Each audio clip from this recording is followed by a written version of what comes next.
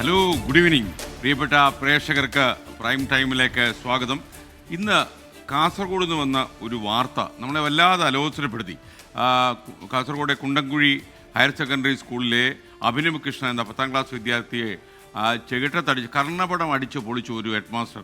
അസംബ്ലിക്ക് അവൻ നേരെ നിന്നില്ല, അപ്പോൾ എന്താ മണ്ണ് വാരി കളിച്ചു, മണ്ണ് കാലുകൊണ്ട് തട്ടി നീക്കി എന്നൊക്കെ പറഞ്ഞിട്ടാണ് ഈ കുട്ടി. അവസാനം ഇത് കളി കാര്യമായപ്പോൾ പരിശോധന നടത്തിയപ്പോൾ പയ്യൻസിൻ്റെ കർണപടം തന്നെ തകർന്നു പോയെന്നറിഞ്ഞപ്പോൾ അവന് 1 ലക്ഷം രൂപ കൊടുത്ത് ഒതുക്കാൻ ശ്രമിച്ചുവെന്ന് പരാതി ഉയരുന്നു. നമ്മൾ ആലോചിക്കുന്ന 1 ലക്ഷം രൂപ കൊടുക്കുന്നോ ഇല്ലയോ എന്നുള്ളതല്ല. ഒരു വിദ്യാർത്ഥിയെ ഇങ്ങനെയൊക്കെയാണോ ഒരു അധ്യാപകൻ മർദ്ദിക്കേണ്ടത്? ഈ അധ്യാപകൻ ഏതവസ്ഥയിൽ നിന്നുകൊണ്ടാണ് ഇത്രയും ശക്തിയായിട്ട് ഒരു 10ാം ക്ലാസ് വിദ്യാർത്ഥിയുടെ കർണപടം അടിച്ച് പൊളിച്ചത്? ചോദ്യം വരികയാണ്. പ്രൈം ടൈം ആരംഭിക്കുന്നു.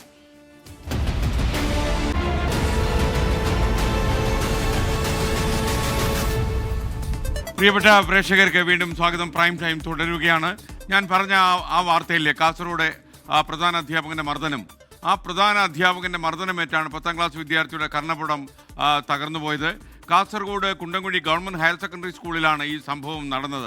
പ്രധാന അധ്യാപകൻ അശോകനാണ് ഈ കുട്ടിയെ മർദ്ദിച്ചത് എന്നാണ് നമുക്ക് ലഭിക്കുന്നവരും. ആദ്യം ഒരു പ്രതികരണം വരുന്നുണ്ട്, ആ പ്രതികരണം നമുക്കൊന്ന് കാണാം. വേദനയുണ്ട്, ഇന്നലെ രാത്രിയിലും ഉണ്ടായിന്, അടഞ്ഞിട്ടുണ്ട് ചെവി, കേൾവി കുറവെന്ന് പറയുന്നത് ഡോക്ടർ. മാഷ് ഞാൻ മണ്ണ് നീക്കുന്നുണ്ടായിരുന്നു, ചാറിയിട്ടാകുമ്പോൾ കാല് സ്ലിപ്പായിട്ടാകുമ്പോൾ. അപ്പോൾ ചോദിച്ചിട്ടൊന്നുമില്ല എന്തിനെ ആക്കിയെന്ന് ചോദിച്ചിട്ടാ സ്റ്റേജിലേക്ക് വിളിച്ചിട്ട് ഷോൾഡർ പിടിച്ച് വലിച്ചിട്ട് റൈറ്റ് സൈഡിലേക്ക് തയ്ച്ചു. മാഷ് എന്നിട്ട് കൊണ്ടുപോയിട്ട് ചായയും അടിയും മേടിച്ചു വന്നു. അപ്പോഴൊക്കെ പോലീസുകാർ വന്നു. പോലീസുകാർ പുറത്തുനിന്ന് ആവശ്യത്തിന് വന്നിട്ട് അമ്മ പോലീസുകാരോട് പറഞ്ഞു ഓൻ തല ഇറങ്ങിയിട്ട് വീണ് എന്ന് പറഞ്ഞു. കഴിഞ്ഞ തിങ്കളാഴ്ച നടന്ന ഈ സംഭവം ഒതുക്കി തീർക്കാൻ അധ്യാപകൻ 1 ലക്ഷം രൂപ വാഗ്ദാനം ചെയ്തുവെന്ന് കുട്ടിയുടെ മാതാവ് 24നോട് പറഞ്ഞു. ആ പ്രതികരണം കേൾവിക്ക് കുറച്ച് കുറവുണ്ട്, വെള്ളം കയറിക്കൂടാ, ചുമ വന്നൂടാ, പിന്നെ ജലദോഷം വന്നൂടാ, അങ്ങനത്തെ എല്ലാം വന്നാൽ പിന്നെ ചെവിയിൽ ഇങ്ങനെ വീക്കം വരും. വീക്കം വന്നാൽ പെട്ടെന്ന് ഓപ്പറേഷൻ ആക്കേണ്ടി വരും. PTA പ്രസിഡന്റുമാരും അധ്യാപകരും വീട്ടിൽ വന്നിരുന്നു. അപ്പോൾ അവർ മാഷ ഭാഗത്ത് ഉണ്ടായ തെറ്റെന്ന് പറയുന്നു, സമ്മതിക്കുന്നു. എന്നിട്ട് കോംപ്രമൈസ് ആക്കിയിട്ട് നമുക്ക് 1 ലക്ഷം റുപ്യ ഇപ്പോൾ ചികിത്സ സഹായമായിട്ട് തരാമെന്ന് പറയുന്നത്. ചെറിയ പ്രായമായതുകൊണ്ട് നമുക്ക് കേസുമായിട്ട് മുന്നോട്ട് പോകാൻ തന്നെ തീരുമാനിച്ചു. കാസർഗോഡ് നിന്ന് അരുൺ പാറക്കൽ തത്സമയം ചേരുകയാണ്. അരുൺ, എന്തായിരുന്നു ഈ പ്രധാന അധ്യാപകൻ ഇത്രയും വലിയൊരു പ്രകോപനം, ഇങ്ങനെ ഇത്രയും കഠിനമായി ഈ വിദ്യാർത്ഥിയെ ശിക്ഷിക്കാൻ?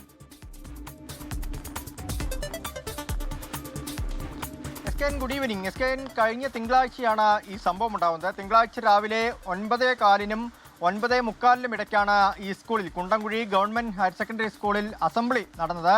ആ അസംബ്ലിക്കിടെ ഈ വിദ്യാർത്ഥി, അതായത് അഭിനവ് കൃഷ്ണ, അസംബ്ലി ലൈനിൽ നിൽക്കുന്നതിനിടെ കാലുകൊണ്ട് ചരല് നീക്കി. ഇത് അധ്യാപകൻ്റെ ശ്രദ്ധയിൽപ്പെട്ടു. ആ സമയത്ത് ഈ ഹെഡ് മാസ്റ്ററായ അശോകനായിരുന്നു കുട്ടികൾക്കുള്ള നിർദ്ദേശങ്ങൾ നൽകിക്കൊണ്ടിരുന്നത്. ആ ഘട്ടത്തിലാണ് ഈ കുട്ടി ശ്രദ്ധിക്കാതെ ഈ ചരല് നീക്കിയതെന്നാണ് കുട്ടി പറയുന്നത്. അങ്ങനെ അധ്യാപകൻ ആ സമയത്ത് തന്നെ 700ഓളം വിദ്യാർത്ഥികൾ ആ അസംബ്ലിയിലുണ്ടായിരുന്നു, മറ്റധ്യാപകരുണ്ടായിരുന്നു. അവർക്കിടയിലേക്ക്, അതായത് ആ വേദിയിലേക്ക് കുട്ടിയെ വിളിച്ചു വരുത്തി. അതിനുശേഷം കുട്ടിയെ കരണത്തേക്ക് അടിക്കുകയായിരുന്നു എന്നാണ് പറയുന്നത്. അങ്ങനെ ആ മൈക്കിൻ്റെ വയറൊക്കെ കുട്ടിയുടെ ശരീരത്തിൽ ചുറ്റി കുട്ടി വീഴാൻ പോയി. പിന്നീട് അവിടെ നിന്ന് കുട്ടിയെ ഈ അധ്യാപകൻ തന്നെ പുറത്തേക്ക് കൊണ്ടുപോയി ചായയും വടയും ഒക്കെ വാങ്ങി നൽകി. അപ്പോഴാണ് കുറച്ച് പോലീസുകാർ അവിടേക്ക് വന്നത്. അവർ മറ്റെന്തോ ആവശ്യത്തിന് വേണ്ടി ആ സ്കൂളിന് മുൻപിൽ എത്തിയതായിരുന്നു. ആ സമയത്താണ് ഈ അധ്യാപകനെയും കുട്ടിയെയും കാണുന്നത്. ആ ഘട്ടത്തിൽ അവർ എന്താണെന്ന് ചോദിച്ചപ്പോൾ കുട്ടിക്കൊന്ന് തലകറങ്ങി എന്നാണ് ഈ ഹെഡ് മാസ്റ്റർ പറഞ്ഞത്. അതിനുശേഷം ഈ പ്രശ്നം ഒതുക്കി തീർക്കാൻ ശ്രമിച്ചു. പക്ഷേ ഈ കുട്ടിയുടെ, അതായത് അഭിനവ് കൃഷ്ണയുടെ സഹോദരി ആ സ്കൂളിൽ തന്നെയാണ് 5ാം ക്ലാസ്സിൽ പഠിക്കുന്നത്. അങ്ങനെ ആ കുട്ടിക്ക് അസുഖമായി ക്ലാസ് ടീച്ചർ ഈ കുട്ടിയുടെ രക്ഷിതാവിനെ വിളിക്കുന്നു. അമ്മ സ്കൂളിലേക്ക് ഉച്ചയ്ക്ക് പോയ സമയത്താണ് മറ്റൊരു വിദ്യാർത്ഥി ഇങ്ങനെ അഭിനവിനെ അധ്യാപകൻ തല്ലി എന്ന വിവരം അമ്മയോട് പറയുന്നത്. അങ്ങനെ അഭിനവിനെയും കൊണ്ട് അമ്മ വീട്ടിലേക്ക് വന്നു. കുട്ടിക്ക് ചെവി നല്ല വേദനയായതോടുകൂടി ആശുപത്രിയിൽ എത്തിച്ചു. അങ്ങനെ ആശുപത്രിയിൽ പരിശോധിച്ചപ്പോഴാണ് കർണപടം പൊട്ടിയ കാര്യം അറിയുന്നത്. നല്ല പരിക്കുണ്ട്. ഡോക്ടർമാർ പറഞ്ഞിരിക്കുന്നത് 6 മാസത്തേക്ക് ചെവി അനയ്ക്കാൻ പറ്റില്ല എന്നുള്ളതാണ്. അതുമാത്രമല്ല, ഒരു ഓപ്പറേഷൻ കൂടി ഡോക്ടർമാർ നിർദ്ദേശിച്ചിട്ടുണ്ട്.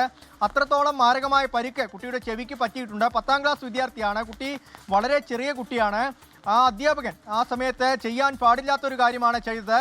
എന്തായാലും അതിനുശേഷം പരാതിയുമായി പോകരുതെന്ന് പറഞ്ഞ് രക്ഷിതാക്കൾക്കുമേൽ വലിയ രീതിയിലുള്ള സമ്മർദ്ദമുണ്ടായി. അത് PTA ഭാഗത്തുനിന്ന് സമ്മർദ്ദമുണ്ടായി, അധ്യാപകരുടെ ഭാഗത്തുനിന്ന് സമ്മർദ്ദമുണ്ടായി. അധ്യാപകരും PTA ഭാരവാഹികളും ആ വീട്ടിലെത്തി രക്ഷിതാക്കളെ കണ്ടു.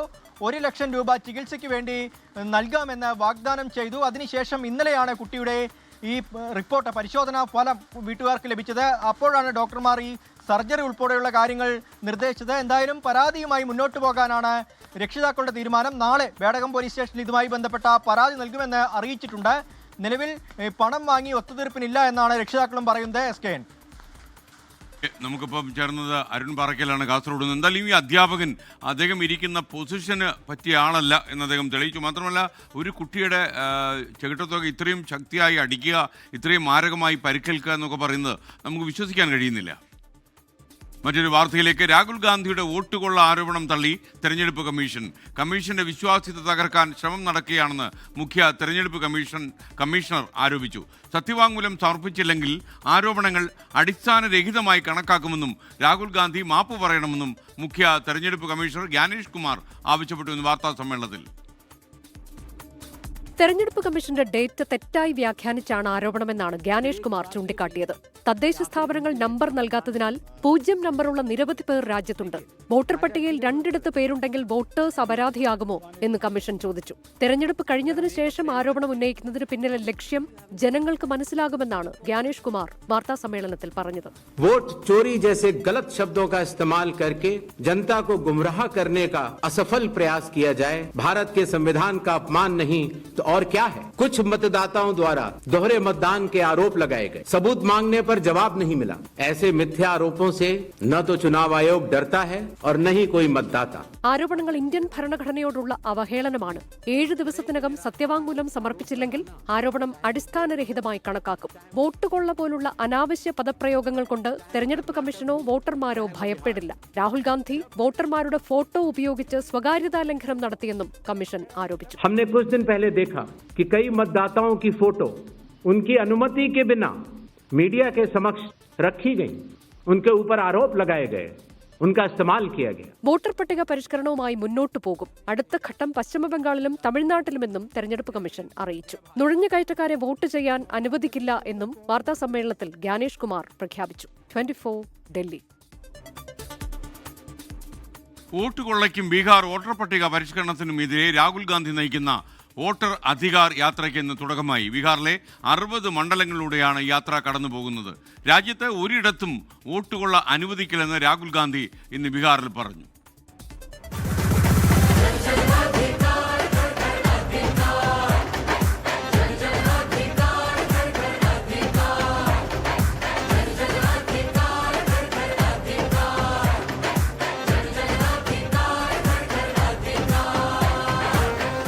ബീഹാറിൽ കോൺഗ്രസിന് ശക്തമായ അടിത്തറയുള്ള സാസ്ത്രമിൽ നിന്നാണ് വോട്ടധികാർ യാത്രയുടെ തുടക്കം. 16 ദിവസം നീണ്ടുനിൽക്കുന്ന യാത്ര 24 ജില്ലകളിലൂടെയും 60 മണ്ഡലങ്ങളിലൂടെയും കടന്നുപോകും. ഭരണഘടനയെ സംരക്ഷിക്കാനുള്ള യുദ്ധമാണ് നടത്തുന്നതെന്ന് രാഹുൽ ഗാന്ധി. और अब हम ये चोरी नहीं करने देंगे और जहां भी ये चोरी हो रही है, चाहे बिहार में, चाहे महाराष्ट्र में, चाहे असम में, चाहे बंगाल में, हम इनकी चोरी पकड़कर जनता को दिखाने का काम करने जा रहे हैं. പാവങ്ങളുടെ വോട്ട് വെട്ടിയാണ് BJP അധികാരത്തിലെത്തിയതെന്ന് AICC അധ്യക്ഷൻ മല്ലികാർജുൻ ഖർഗെ. जो आज BJP के लोग 65 लाख वोट कट गए, किनके कट गए? गरीब, मजदूर, माइग्रेंट वर्कर, इनके लोग, अल्पसंख्यक, इनके वोट कट गए.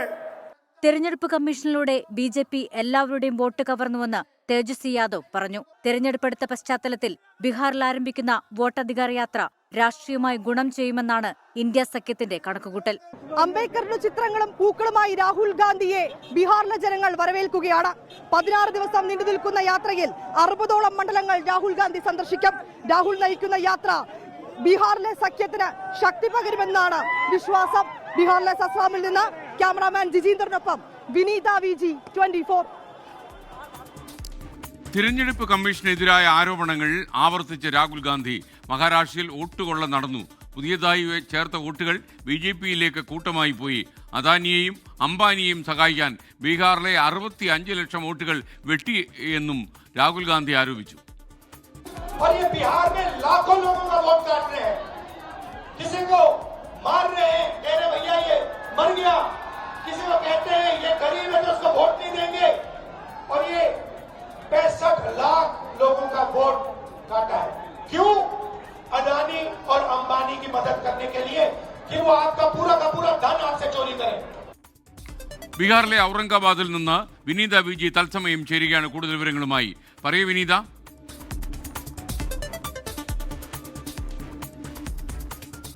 എസ് കെ, ഞാനിപ്പോൾ ബീഹാറിലെ ഔറംഗാബാദിലാണുള്ളത്. രാഹുൽ ഗാന്ധിയുടെ ഒന്നാം ദിന യാത്ര ഇവിടെ അവസാനിച്ചിരിക്കുകയാണ്. നാളെ രാവിലെ ഔറംഗാബാദിൽ നിന്ന് തന്നെ വീണ്ടും യാത്ര തുടരുകയാണ്. രാവിലെ 12 മണിയോടുകൂടിയായിരുന്നു ഇന്ന് പ്രത്യേക വേദിയിൽ ഇന്ത്യ സഖ്യത്തിലെ നേതാക്കളടക്കം എത്തുകയും ലാലു പ്രസാദ് യാദവ്, തേജസ്വി യാദവ് ഉൾപ്പെടെയുള്ള നേതാക്കളൊക്കെ എത്തുകയും ആ യാത്രയ്ക്ക് ഫ്ളാഗ് ഓഫ് ചെയ്യുകയും ചെയ്തു. തുടർന്നാണ് വൈകിട്ടോടുകൂടി രാഹുൽ ഗാന്ധിയുടെ യാത്ര ആരംഭിച്ചിട്ടുണ്ടായിരുന്നത്. വോട്ട് കൊള്ളയ്ക്കും ഒപ്പം ബീഹാറിലെ വോട്ടർ പട്ടിക പരിഷ്കരണത്തിനുമെതിരെ രാഹുൽ ഗാന്ധി നയിക്കുന്ന യാത്ര ഈ 16 ദിവസം കൊണ്ട് 60 നിയമസഭാ മണ്ഡലങ്ങളിലൂടെ കടന്നുപോകും.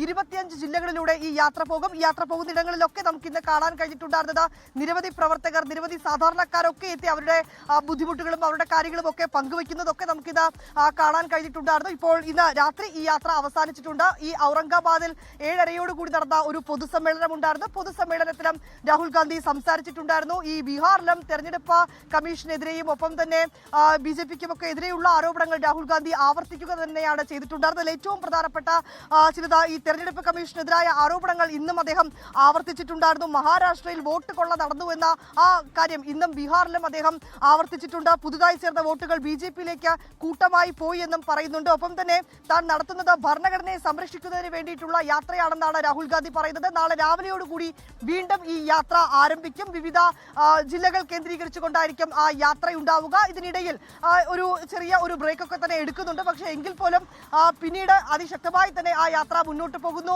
ഇന്ത്യ സഖ്യത്തിലെ അടക്കം നേതാക്കൾ ആ യാത്രയുടെ ഭാഗമാകുന്നു, അണിനിരക്കുന്നു. ഇതൊക്കെ തന്നെയാണ് നമുക്ക് കാണാൻ കഴിഞ്ഞിട്ടുള്ളത്. P. സന്തോഷ് കുമാർ അടക്കമുള്ള MPമാരൊക്കെ ഇന്ന് ബീഹാറിലേക്ക് എത്തിയിട്ടുണ്ടായിരുന്നു. യാത്രയ്ക്ക് എല്ലാവിധ പൂർണ്ണ പിന്തുണയും നൽകി ഞങ്ങൾ ഒപ്പമുണ്ട് എന്ന് തന്നെയാണ് ഈ ഘട്ടത്തിൽ ഇന്ത്യ മുന്നണിയും നൽകുന്നത്. ഏതാണെങ്കിലും നാളെ രാവിലെയോടുകൂടി വീണ്ടും യാത്ര പുനരാരംഭിക്കും. SK. Okay, thank U. Arju പറയുന്നു ചായയും വടയൊക്കെ കൊടുത്ത് ഈ നമ്മുടെ കാസർഗോഡ് സംഭവത്തിൽ അധ്യാപകൻ കേസെടുക്കാൻ ശ്രമിച്ചത് സ്വല്പം കടന്നുപോയി എന്നാണ്. ചില പ്രേക്ഷകരൊക്കെ അതിശക്തമായിട്ട് പ്രതികരിച്ചിട്ടുണ്ട് ഈ കാര്യത്തിൽ. ഇവരെയൊക്കെ അധ്യാപകൻ എന്ന് വിളിക്കാൻ പറ്റുമോ എന്ന് പോലും പ്രേക്ഷകർ ചോദിക്കുന്നുണ്ട്. ശരിയാണ് നിങ്ങളുടെ ചോദ്യം. തൃശ്ശൂരിലെ വോട്ടർ പട്ടിക ക്രമക്കേടിൽ മൗനം വെടിഞ്ഞ കേന്ദ്രമന്ത്രി സുരേഷ് ഗോപി ആരോപണം ഉന്നയിച്ച വാനരന്മാർക്ക് സുപ്രീം കോടതിയെ സമീപിക്കാമെന്ന് ഇന്ന് സുരേഷ് ഗോപി പരിഹസിച്ചു. സുരേഷ് ഗോപിക്കെതിരെ AICC general secretary KC Venugopal ഇന്ന് രംഗത്ത് വന്നു. വോട്ടർ പട്ടിക വിവാദത്തിൽ മാധ്യമപ്രവർത്തകരുടെ ചോദ്യത്തിന് സുരേഷ് ഗോപിയുടെ മറുപടി ഇങ്ങനെ: നിങ്ങൾ ഉന്നയിച്ച വിഷയങ്ങൾക്കെല്ലാം ഇന്ന് ചീഫ് ഇലക്ഷൻ കമ്മീഷൻ മറുപടി പറയും. ചോദ്യങ്ങൾ കൂടുതലുണ്ടെങ്കിൽ അവരോട് ചോദിച്ചോളൂ. ഇല്ലെങ്കിൽ പിന്നെ അവരത് സുപ്രീം കോടതിയിൽ എത്തിക്കുമ്പോൾ സുപ്രീം കോടതിയോട് നിങ്ങൾ പോയി ചോദിച്ചാൽ മതി.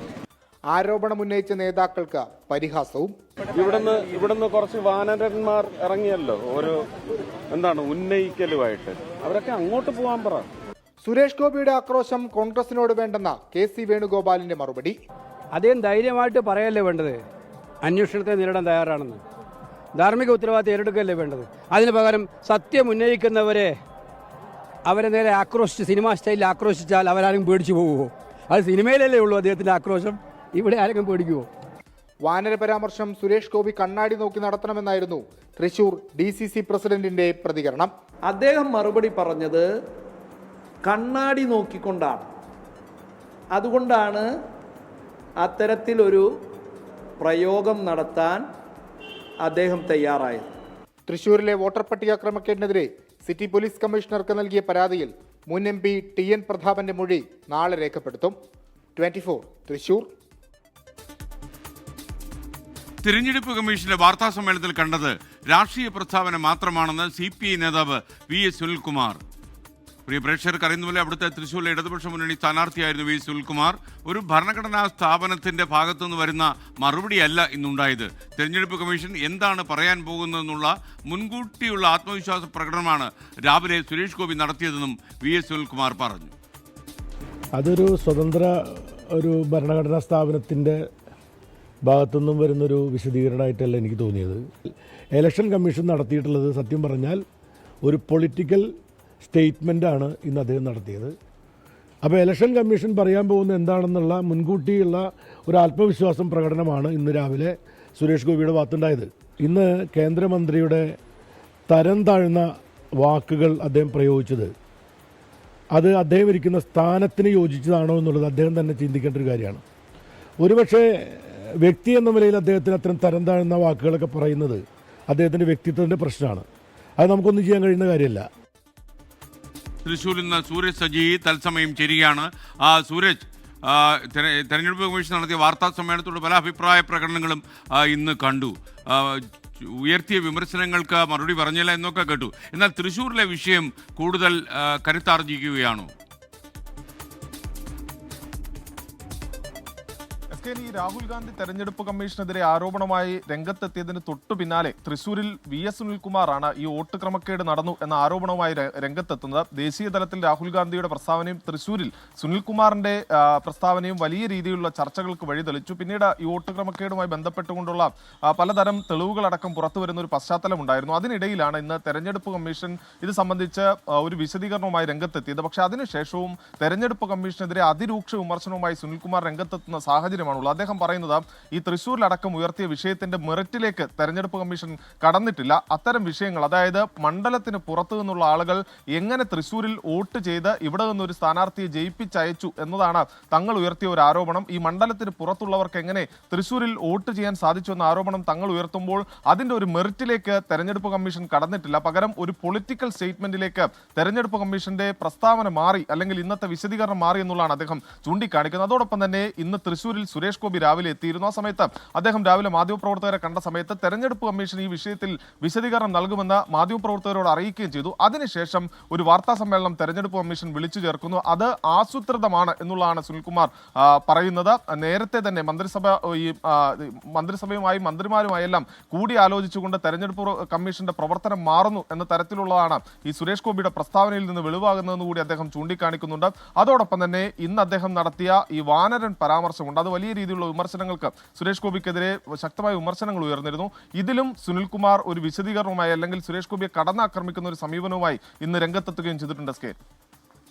സൂരജ് സജിയാണ് വിവരങ്ങൾ നൽകിയത്. ഇന്ന് ലേറ്റസ്റ്റായി വന്നൊരു വാർത്തയാണ് മഹാരാഷ്ട്ര ഗവർണർ CP രാധാകൃഷ്ണൻ NDAയുടെ ഉപരാഷ്ട്രപതി സ്ഥാനാർത്ഥിയാകും. BJP പാർലമെന്ററി ബോർഡ് യോഗത്തിലാണ് ഈ തീരുമാനം വന്നിരിക്കുന്നത്. തമിഴ്നാട് BJP മുൻ അധ്യക്ഷനാണ്. കേരളത്തിന്റെ പ്രഭാരിയായിരുന്നു അദ്ദേഹം ഒരിക്കൽ. അച്യുതൻ ഡൽഹിയിൽ നിന്ന് കൂടുതൽ വിശദാംശങ്ങളുമായി ചേരുന്നു. അച്യുതൻ, വിവരങ്ങൾ.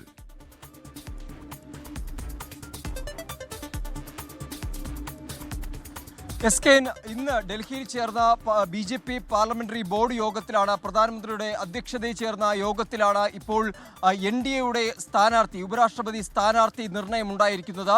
മഹാരാഷ്ട്രയുടെ ഗവർണർ CP രാധാകൃഷ്ണനെയാണ് NDA ഉപരാഷ്ട്രപതി സ്ഥാനാർത്ഥിയാക്കാൻ ഇപ്പോൾ തീരുമാനിച്ചിരിക്കുന്നത്. മഹാരാഷ്ട്രയിലെ നിലവിലെ ഗവർണറാണ്. ഒപ്പം തന്നെ ജാർഖണ്ഡ്, പുതുച്ചേരി, തെലങ്കാന എന്നിവിടങ്ങളിൽ ഗവർണറായി അദ്ദേഹം സേവനം അനുഷ്ഠിച്ചിട്ടുണ്ട്. ഒപ്പം തന്നെ തമിഴ്നാട് മുൻ BJP അധ്യക്ഷനായിരുന്നു.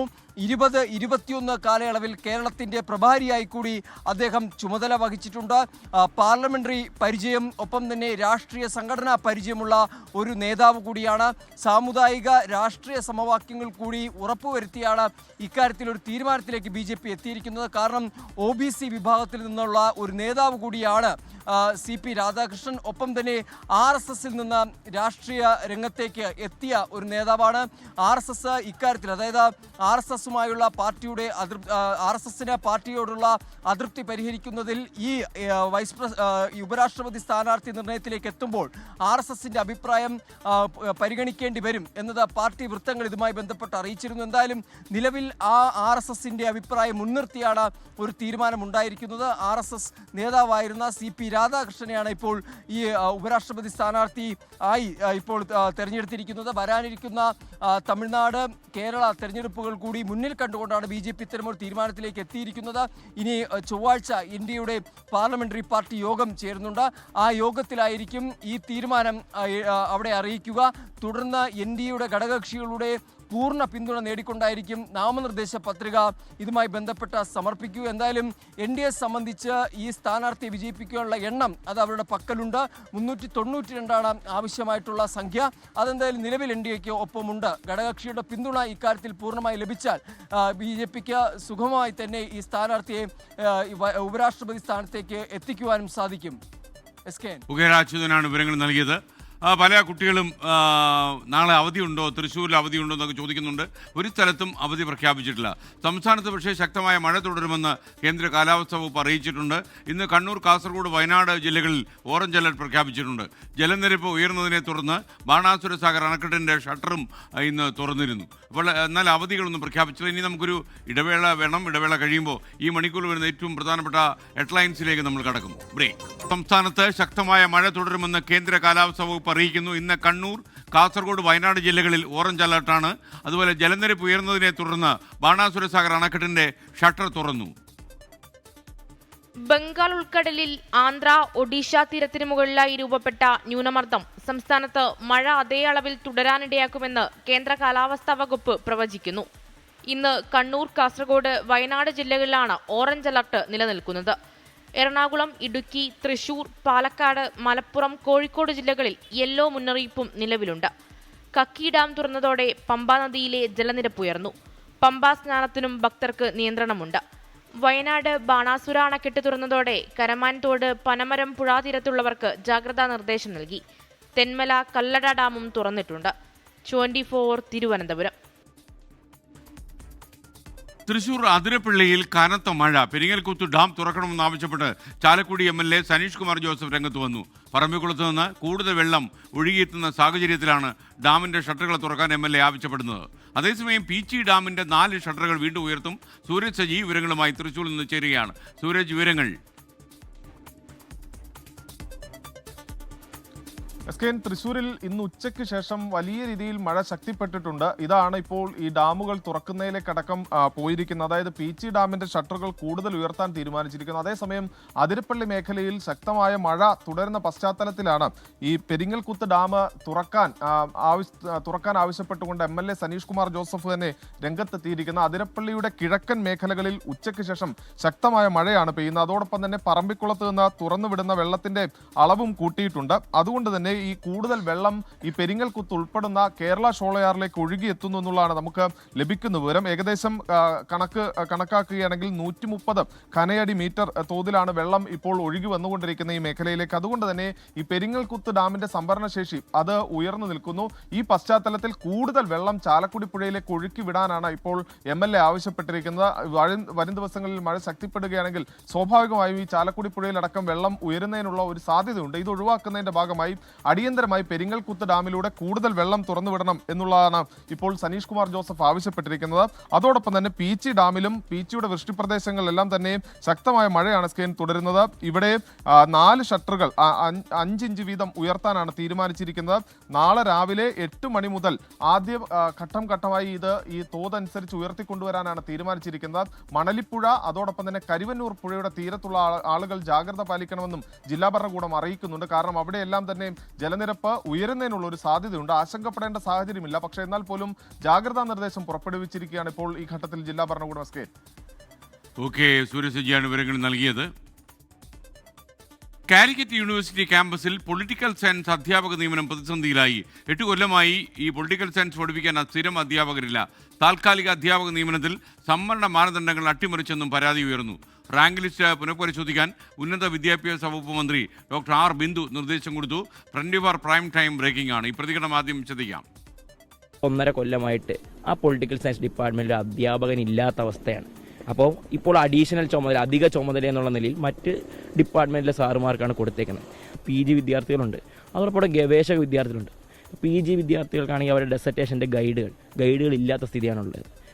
ഒരു ഗവേഷക വിദ്യാർത്ഥിക്ക് അവിടെ ഒരു ഗൈഡില്ലാത്ത സ്ഥിതിയിലാണുള്ളത്. ഈ ഒരു പശ്ചാത്തലത്തിൽ സംവരണ അട്ടിമറിയും കൂടെ നടക്കുകയാണ്. അധ്യാപകരെ അവർലി ബേസിൽ എടുക്കുമ്പം അതിനകത്ത് കൃത്യമായ രീതിയിൽ റിസർവേഷൻ റൂസ്റ്റർ പാലിക്കാതെ അതും കൂടെ ഈ പൊളിറ്റിക്കൽ സയൻസ് ഡിപ്പാർട്ട്മെൻറ്റ് വരികയാണ്. 7 വർഷക്കാലമായിട്ട് അവിടെ ഒരു പെർമനന്റ് അധ്യാപകൻ ഇല്ലാത്തൊരവസ്ഥയായിരുന്നു.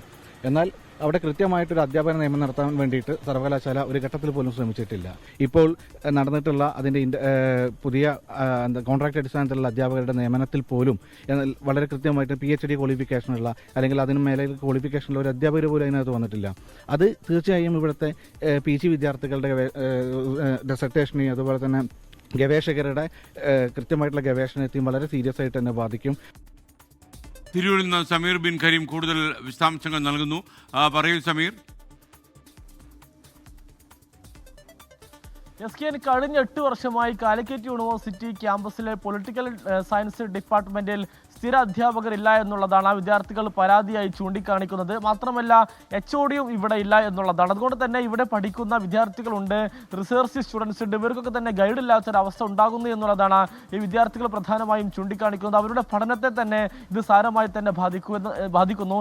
എന്നാൽ താൽക്കാലിക നിയമനത്തിലേക്ക് വരികയാണെങ്കിൽ പലപ്പോഴും സ്വന്തം ഇഷ്ടക്കാർക്ക് വേണ്ടിയുള്ള നിയമനങ്ങൾ നടക്കുന്നു. അതോടൊപ്പം തന്നെ സംവരണ മാനദണ്ഡങ്ങളൊക്കെ തന്നെ അട്ടിമറിക്കുകയും ചെയ്യുന്നു. അങ്ങനെ പുറത്തിറക്കുന്ന റാങ്ക് ലിസ്റ്റിലൊക്കെ തന്നെ ഈ അട്ടിമറി നേരിടുന്ന ആളുകൾ ഈ നിയമ നടപടി സ്വീകരിക്കുന്ന ഘട്ടത്തിൽ അതിലൊക്കെ തന്നെ റദ്ദാക്കുന്ന ഒരു സാഹചര്യമാണ് ഇവിടെ നിലനിൽക്കുന്നത് എന്നുള്ളതാണ് ഈ വിദ്യാർത്ഥികൾ ചൂണ്ടിക്കാണിക്കുന്നത്. ഇത്തവണത്തെ ഈ ഗസ്റ്റ് റാങ്ക് ലിസ്റ്റും അതും സമാനമായ രീതിയിൽ പുനഃപരിശോധിക്കാൻ വേണ്ടി ഉന്നത വിദ്യാഭ്യാസ വകുപ്പ് മന്ത്രി നിർദ്ദേശം നൽകിയതായി വിദ്യാർത്ഥികൾ ചൂണ്ടിക്കാണിക്കുന്നു. അങ്ങനെ ഈ സ്ഥിര അധ്യാപകരില്ല എന്ന് മാത്രമല്ല താൽക്കാലിക അധ്യാപകരുടെ നിയമനത്തിൽ പോലും അത് റദ്ദാക്കുന്ന ഒരു സാഹചര്യം ഇവിടെ ഉണ്ടാകുന്നു. അത് വിദ്യാർത്ഥികളെ കാര്യമായി തന്നെ ബാധിക്കുന്നു എന്നുള്ളതാണ് വിദ്യാർത്ഥികൾ ചൂണ്ടിക്കാണിക്കുന്നത്.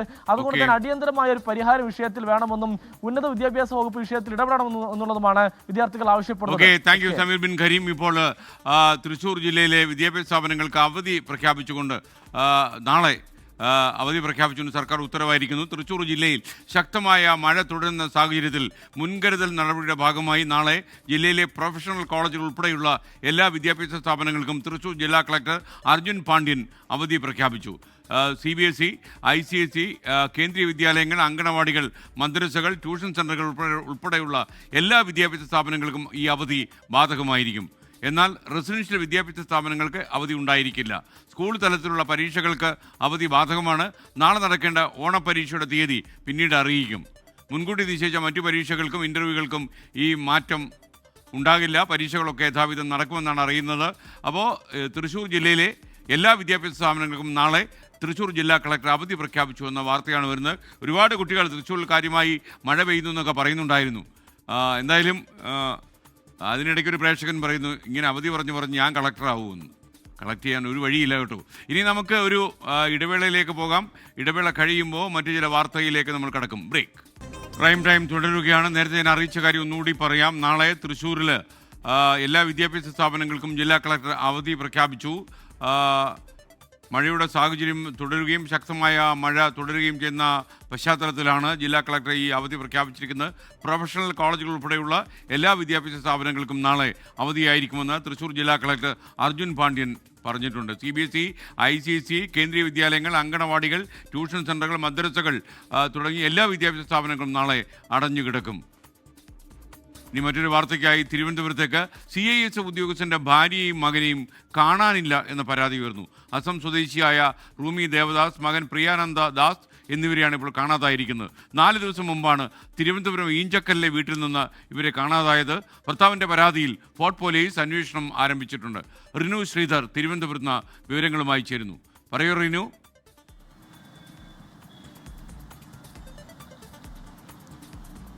SKN അസം ബിസ്പൂർ സ്വദേശിയായിട്ടുള്ള പൂനം ചന്ദ്രബോസ് എന്ന് പറയുന്ന CSFI ഉദ്യോഗസ്ഥൻ, അദ്ദേഹം തിരുവനന്തപുരം എയർപോർട്ടിൽ സുരക്ഷാ ഉദ്യോഗസ്ഥനാണ്. അദ്ദേഹത്തിൻ്റെ ഭാര്യയും 4 വയസ്സുള്ള മകനെയുമാണ് കാണാതായി എന്നുള്ളൊരു പരാതി ഉയർന്നിരിക്കുന്നത്. തിരുവനന്തപുരം ഫോർട്ട് പോലീസ് സ്റ്റേഷനിൽ പരാതി നൽകുകയും ഫോർട്ട് പോലീസ് അന്വേഷണം ആരംഭിക്കുകയും ചെയ്തിട്ടുണ്ട്.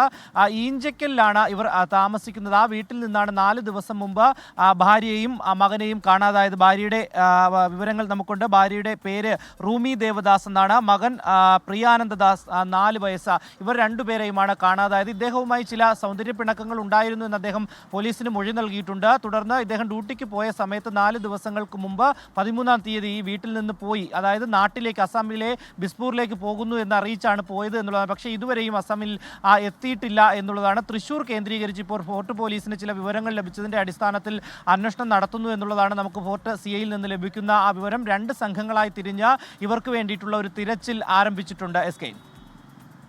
Okay, thank you. റിനു ശ്രീധരാണ് വിവരങ്ങൾ നൽകിയത്. ഇടുക്കി അടിമാലി ചാറ്റുപാറയിൽ മദ്യപ സംഘത്തിൻ്റെ കയ്യാങ്കളി. കത്തിവീശി ഭീകരാന്തരീക്ഷം ഉണ്ടാക്കി. 2 പേരെ പോലീസ് ഇപ്പോൾ കസ്റ്റഡിയിൽ എടുത്തു കഴിഞ്ഞു. ലാൽകൃഷ്ണൻ തൊടുപുഴയിൽ നിന്നും ടെലഫോണിൽ. ലാൽകൃഷ്ണൻ, വിവരങ്ങൾ.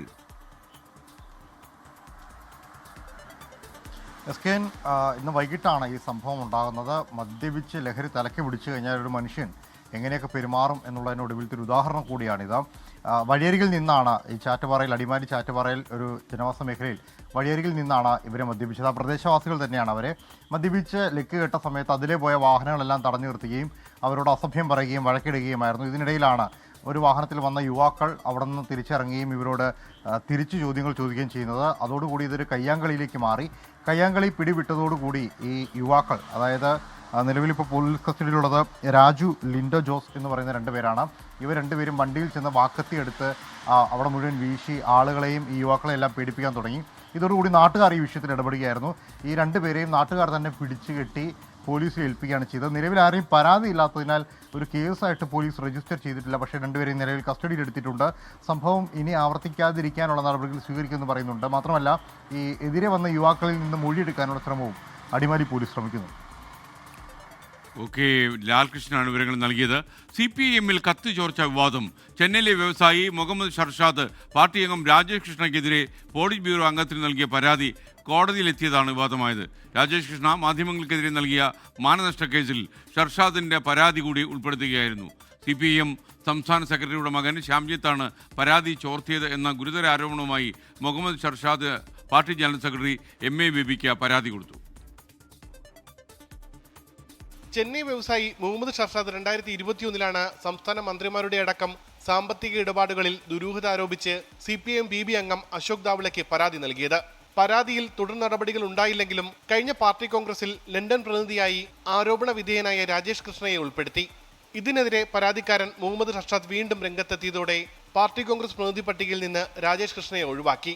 പക്ഷേ ഈ വാർത്ത റിപ്പോർട്ട് ചെയ്ത മാധ്യമങ്ങൾക്കെതിരെ രാജേഷ് കൃഷ്ണ മാനനഷ്ട കേസിനൊപ്പം കോടതിയിൽ സമർപ്പിച്ച രേഖകളിലാണ് 2021 പരാതിയും ഉൾപ്പെടുത്തിയത്. പരാതി ചോർത്തിയതിനെതിരെ മുഹമ്മദ് ഷർഷാദ് വീണ്ടും CPIM ജനറൽ സെക്രട്ടറി MA ബേബിക്ക് പരാതി നൽകി. ഇതിലാണ് തന്റെ പരാതി ചോർത്തിയതിൽ CPIM സംസ്ഥാന സെക്രട്ടറി MV ഗോവിന്ദന്റെ മകനെ സംശയിക്കുന്നതായി ഗുരുതര ആരോപണമുള്ളത്.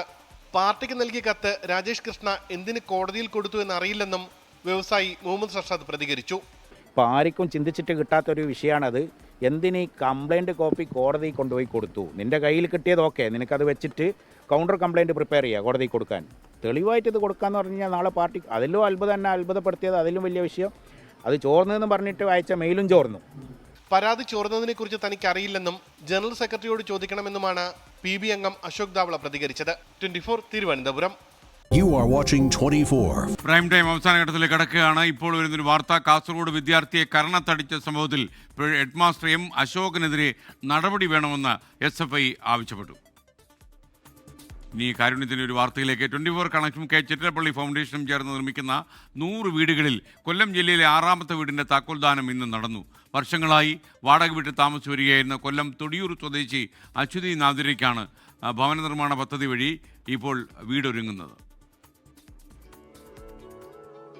രോഗബാധിതയായ അശ്വതിയുടെ വർഷങ്ങളായുള്ള കാത്തിരിപ്പായിരുന്നു അടച്ചുറപ്പുള്ളൊരു വീട്. 24 കണക്റ്റും ചിറ്റലപ്പള്ളി ഫൗണ്ടേഷനും ചേർന്ന് നിർമ്മിക്കുന്ന കൊല്ലം ജില്ലയിലെ 6ാമത്തെ വീടാണ് അശ്വതി നദീരയ്ക്ക് ലഭിച്ചത്. 24 പ്രതിനിധി MG പ്രതീഷ് താക്കോൽദാനം നിർവഹിച്ചു.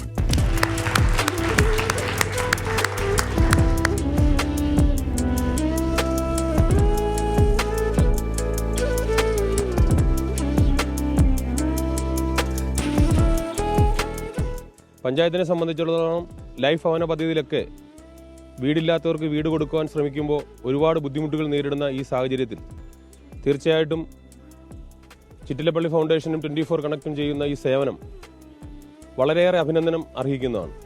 സ്വന്തമായൊരു വീടെന്ന സ്വപ്നം യാഥാർത്ഥ്യമായ സന്തോഷത്തിലാണ് അശ്വതി.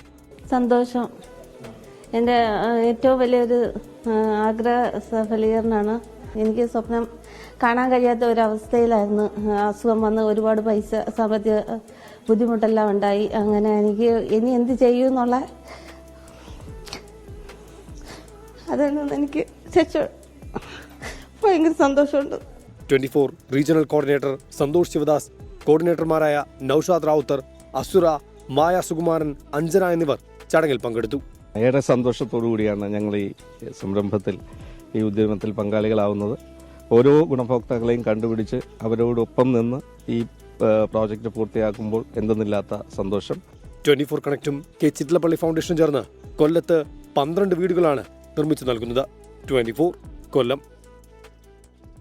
ഇതോടെ പ്രൈം ടൈം അവസാനിക്കുന്നു. നിങ്ങൾക്ക് എല്ലാവർക്കും ഒരു നല്ല രാത്രി ഞാൻ നേരുന്നു. Good night. You are watching 24 News Headlines.